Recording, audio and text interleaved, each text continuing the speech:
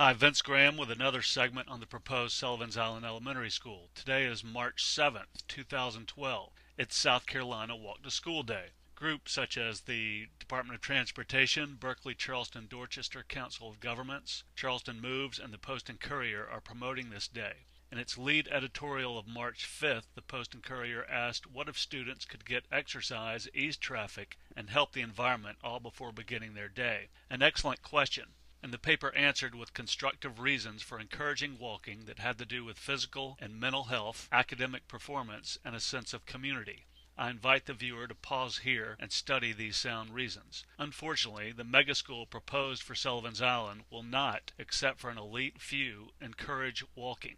At least 3/4 of the student body and virtually all of the staff will have to commute by automobile to get to the school. They will not get the exercise, they will increase traffic, and they will pollute the environment.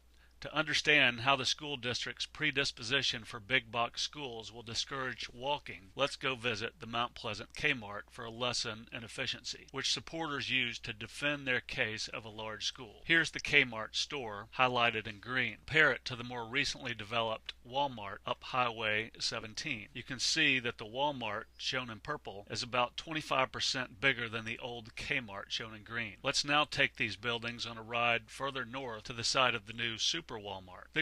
This structure is larger than the old Kmart and Walmart put together. This has been the pattern over the last several decades. Large corporations have figured out how to exploit publicly funded giant infrastructure to locate ever more giant drive-to shopping warehouses on cheap land at the edge of town. Not so good for local retailers, but that's a subject for another day. The point here is that the school district has unwittingly bought into this same big box mentality. For example, here's a slide Bill Lewis, the Charleston County School District's chief operating officer, showed the Sullivan's Island Town Council. In it, he points out the higher cost per capita of smaller schools. Bill, who is a really nice, likable guy, said he did a cost analysis. Notice he didn't say cost-benefit analysis. Bill said the tyranny of small organizations is that as you drive the cost of an organization smaller, the operating cost on a per-pupil basis goes up higher. Using this logic, it's a wonder the district hasn't proposed locating every child in the county into one giant school the size of a new Boeing plant. I must confess that whenever I hear such argumentation, I'm reminded of Upton Sinclair's famous quote about how difficult it can be getting a person to understand something outside their self-interest. With regard to the efficiency argument, Bill, his bosses, and the school board would be well served to study the thinking of great educators like Clay Shirky, who observed that established institutions tend to perpetuate established problems. Big box thinking may serve the shareholders of Walmart well, but when applied to supersizing schools can be bad for taxpayers and their communities. This reflects a severe lack of vision. It fails to take into account negative externalities of the mega school model. Transportation and health costs are two significant issues that have been overlooked and or disregarded. A decade ago, the National Trust for Historic Preservation published Why Johnny Can't Walk to School, which drew attention to some of the policy mistakes school districts across the country are making. Yes, the proposed mega school might benefit the 20% of the elite whose children live on the island, but it condemns the other 80% of students whose families don't live on the island to get their children to school via automobile. A few years ago, the Trust published an update, Helping Johnny Walk to School, which highlighted the many benefits of smaller, community-oriented schools. Some excerpts.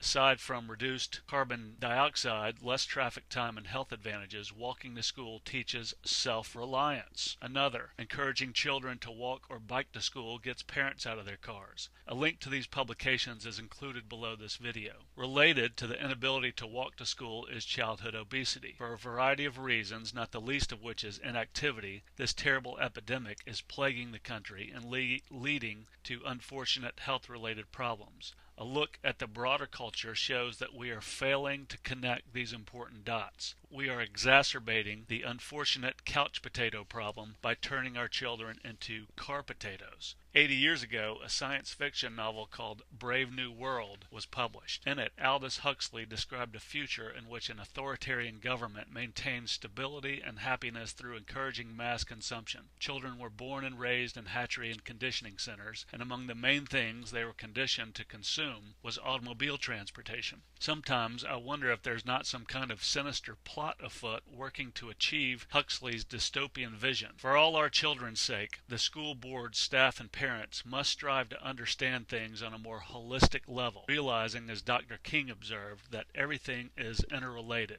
What may affect one directly affects all indirectly. Check this out. An announcement for a school siting summit held in New Orleans 2 years ago. They invited people in fields of preservation, green building, public health, and education. And the summit was supported by a grant from the National Trust for Historic Preservation, whose eastern field offices are located on King Street in good old Charleston. I bet if we mustered the will, we could call on some brilliant island residents, some true American heroes right in our own backyard, who would be willing to provide the imagination and leadership on this important issue. I bet that even this smart guy could help. Rather than hiring him to sue its own citizens, town council could engage him to do something more constructive. He knows a thing or two about land stewardship, having served on the boards of the Coastal Conservation League and Open Land Trust. Rather than fight, we could take Louisiana's idea, switch the dates and sponsors around, and participate in a community-wide discussion that would have positive long-term consequences for physical, mental, and social health. We can do better.